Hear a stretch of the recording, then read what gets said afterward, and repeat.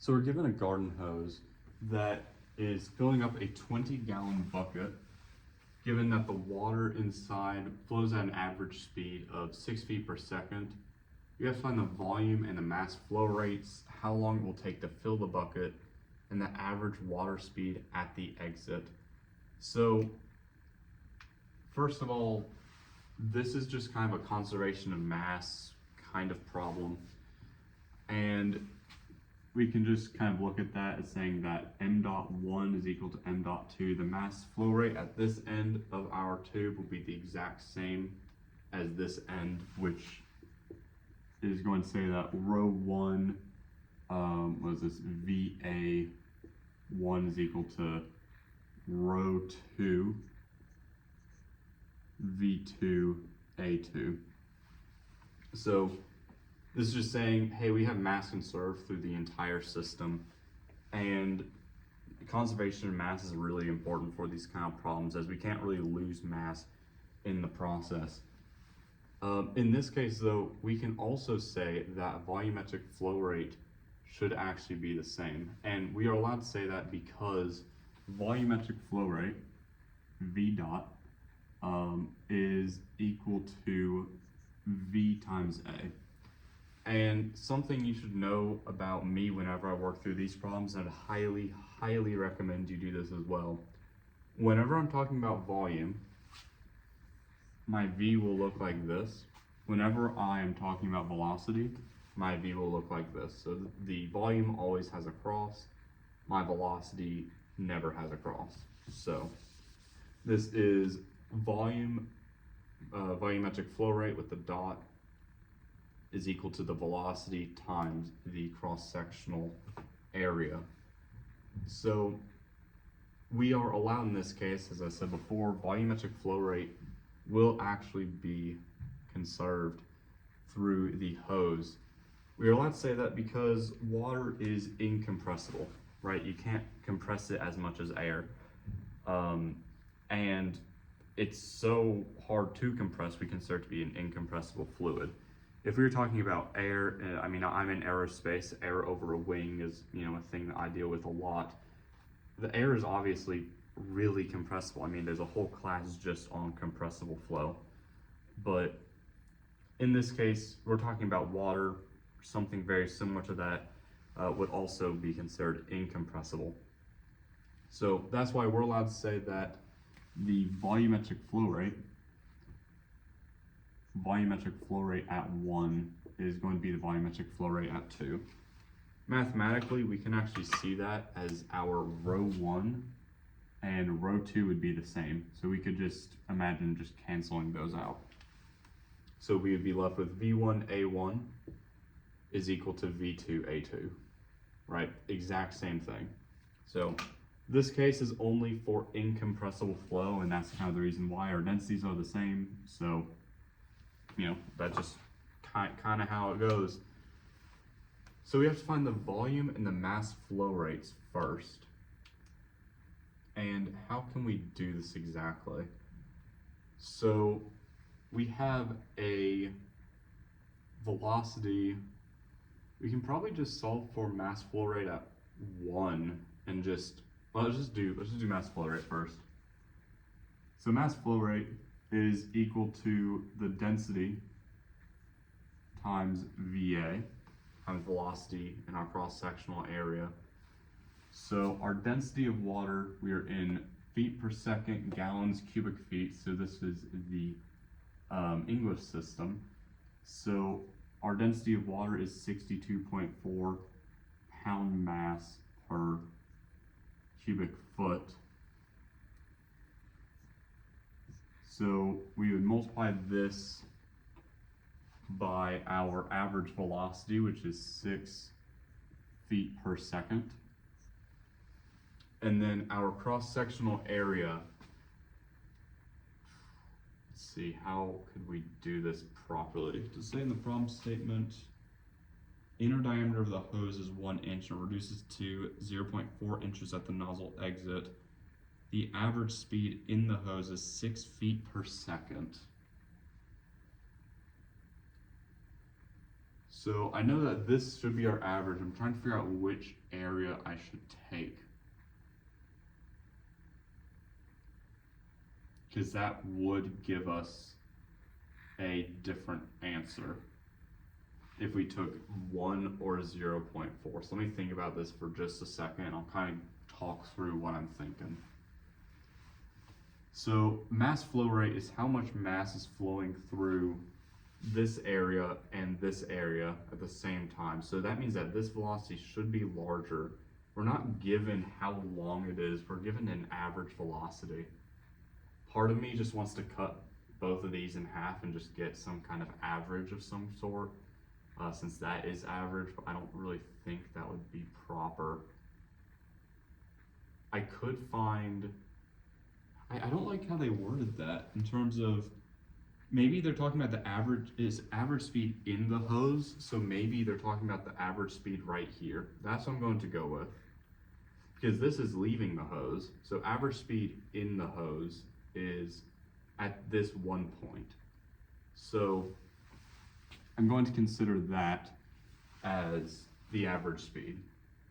And the reason I'm doing that is because it says inside the hose, so I figure if the hose were to extend outwards like this, all of this would be at 1 inch. So this velocity would be greater, and eventually we're actually supposed to find the average water speed at the exit. So yeah, that makes sense. That makes sense enough for me. So we're given 1 inch diameter here, which means we can use the area of a circle formula, pi over 4 times diameter squared. And we have to remember 1 inch, we have to convert that to feet. So 1 inch is going to be divided by 12. So we will have our units cancel.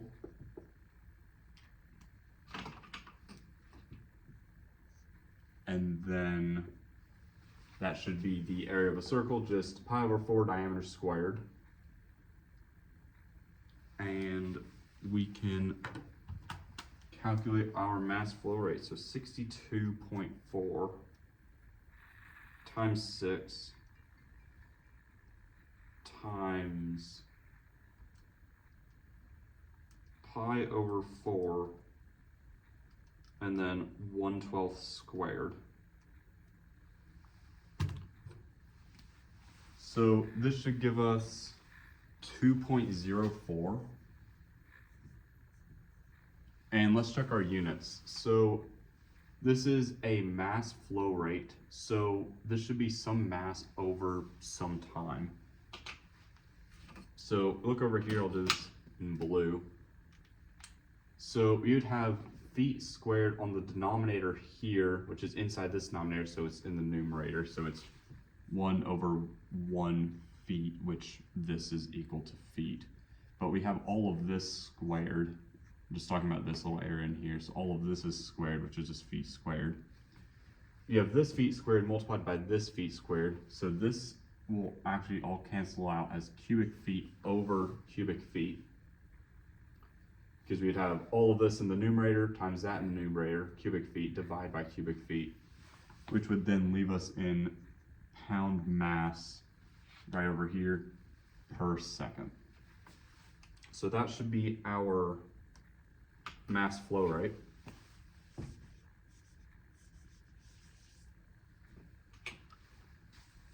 For our volumetric flow rate, it is V times A. So be our velocity times A. So we could actually just do m dot over rho V dot. And I did this because it was rho VA. If this is equal to VA, we've already solved for VA right here. We can just divide out our density, which is right there. And that should be able to give us our pound mass per second value into volumetric flow rate. So 0.24 pound mass per second. Divide that by our density, which is 62.4 pound mass per cubic feet. Looking at the units here, our pound masses would cancel, leaving us with, similar to what we had before, was like the 1/1 feet, and then that would be switched to numerator. Similar situation here, except in cubic feet. So 2.04 over 62.4, which is equal to 0.033, just rounding, cubic feet per second. This is part A complete. Part B, how long does it take to fill the bucket? So we're given that the bucket is 2.67 cubic feet. I will admit I did use Google for that because I didn't really want to use the conversion between gallons and cubic feet. So if that's off by a little bit, sue me. Don't actually, I don't have the money right now to pay for a lawyer. But we have this bucket here, 20 gallons, 2.67 cubic feet. We need to find the time. So we can take our units right here, just kind of use that to our advantage. 2.67 cubic feet divided by 0.033 feet per second, or excuse me, cubic feet per second. And this is how I kind of created that formula, was just by looking at the units, right? We're trying to cancel out our cubic feet and we need to have a time. How long does it take to fill the bucket? So canceling out our cubic feet, as this is in the numerator here and the numerator of the denominator, which this would leave us with 1/1 second, which is equal to 1 second. So this would be 62, where did I get 62 from?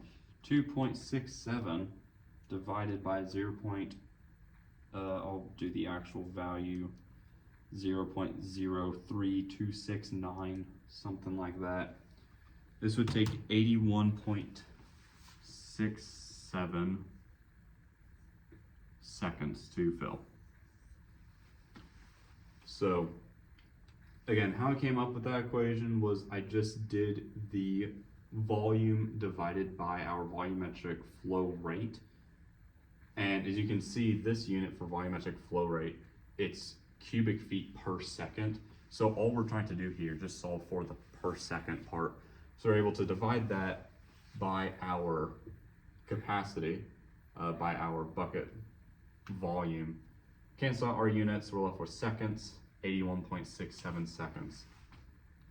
Find the average speed at the exit. So this right here, we are going to be using the conservation of mass and the volume, or I don't want to say conservation of volumetric flow rate, but volumetric flow rate is conserved in this case because it is incompressible.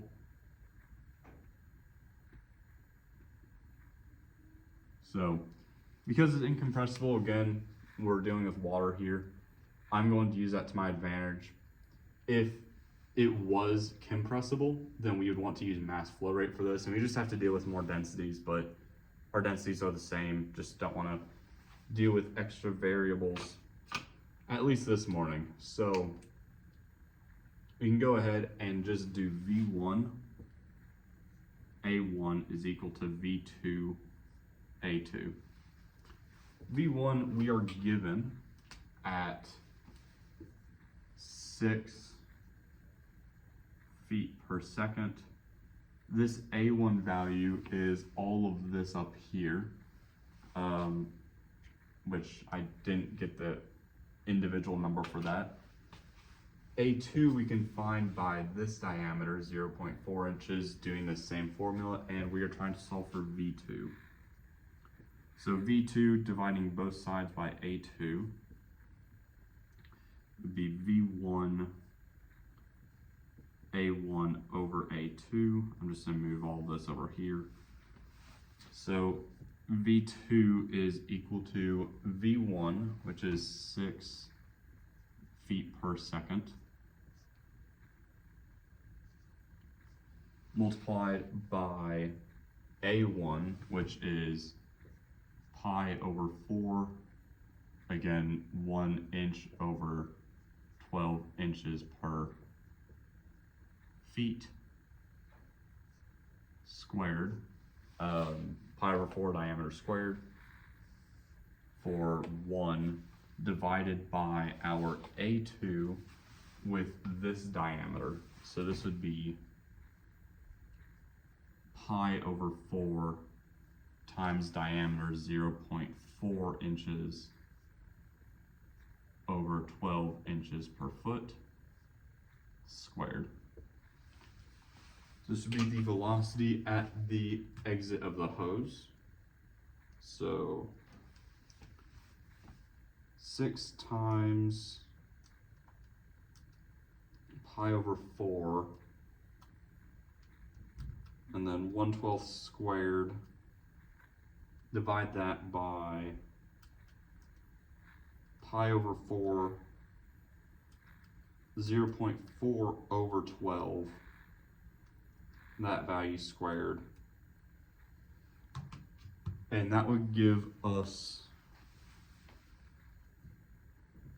37.5 feet per second.